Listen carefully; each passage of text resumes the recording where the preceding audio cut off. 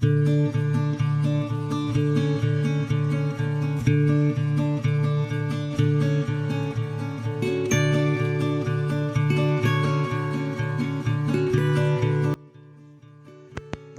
se prépare à retrouver sa famille, ses amis, ses paroissiens lors de ses vacances au Sénégal en janvier prochain.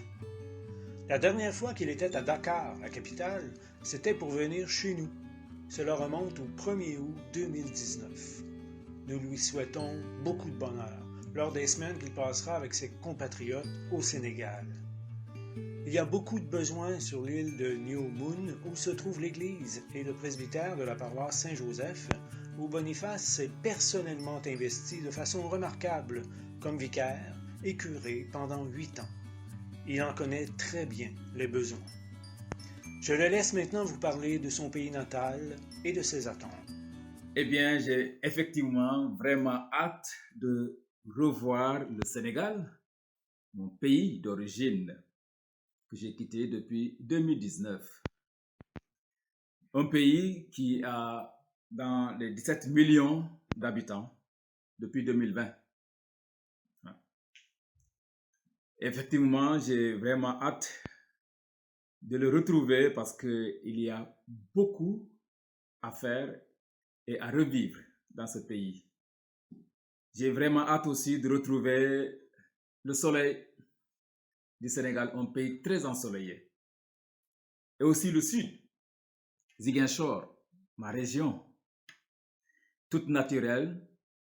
Ce que je perds ici comme verdure, je vais bientôt le retrouver dans ma région de Ziguinchor.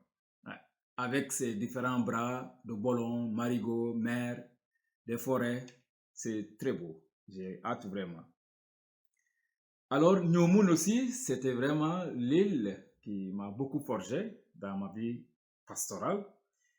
Effectivement, il faisait dans les années 2002 1662 habitants. Ouais.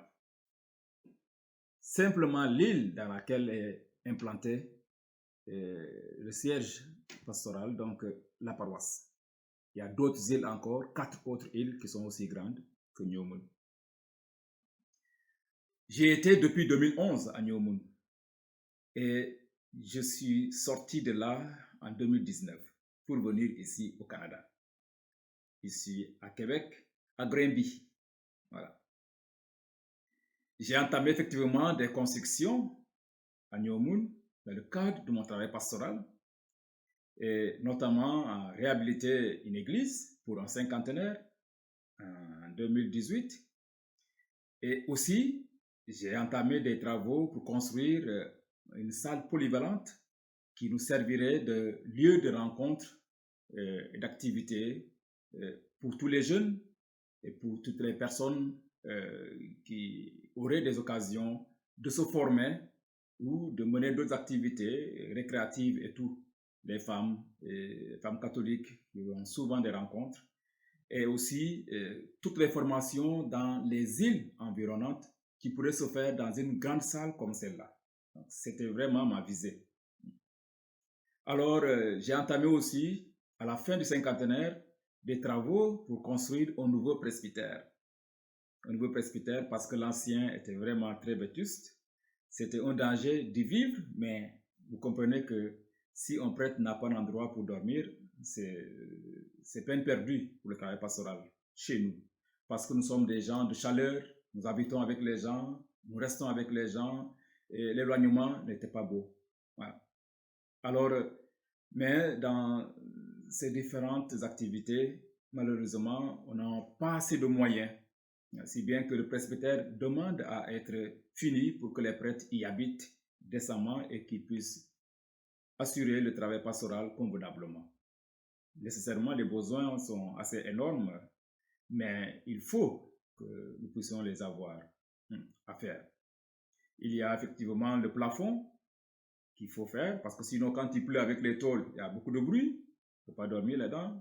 La chaleur et le froid aussi, ça va directement sur ceux qui y habitent. Il y a surtout aussi la question de rectification de ce presbytère en solaire. C'est nécessaire. Les prêtres n'ont pas de lumière là-dedans. Ils ne peuvent pas charger le portable. le téléphone, alors que dans l'île, beaucoup viennent charger tout portable, ordinateur chez nous. C'est notre présence qui serait vraiment comme quelque chose de bénéfique pour les populations des îles. Et en plus, effectivement, vous comprenez que sans électricité, vous n'avez pas de frigo pour pouvoir acheter des choses et les conserver. Tout ce que nous mangeons, c'est toujours aller le jour chercher, revenir manger tout, et puis après, voilà. C'est assez compliqué comme situation, mais c'est ainsi. Alors, nous avons célébré les 50 ans. Vous avez vu une église qui est bien réhabilitée. L'ancienne église et une nouvelle église. Et puis, vous voyez tout ce qui a été comme décor à l'intérieur de l'église. L'évêque, les prêtres qui étaient invités pour le cinquantenaire. La salle polyvalente où nous avons accueilli des gens qui étaient venus pour la fête du cinquantenaire. Et puis, tout ça, ça reste encore à achever. Voilà. Alors, ici à Saint-Joseph, ici dans notre paroisse, à Grimby, je suis vraiment très heureux parce que de là, je pense que je suis un peu récompensé par rapport à la grande difficulté que je vivais dans la paroisse à Nîmes. Les gens sont très accueillants aussi, comme là-bas aussi, et ça me permet de me reposer un tout petit peu. Et je ne peux pas ne pas penser à eux, franchement, parce que ils font partie de mon cœur aujourd'hui, de prêtre, de père, voilà. Alors, un beau message pour vous. Tout ce que vous pourrez faire pour cela, Dieu vous le revaudra. Merci. Merci.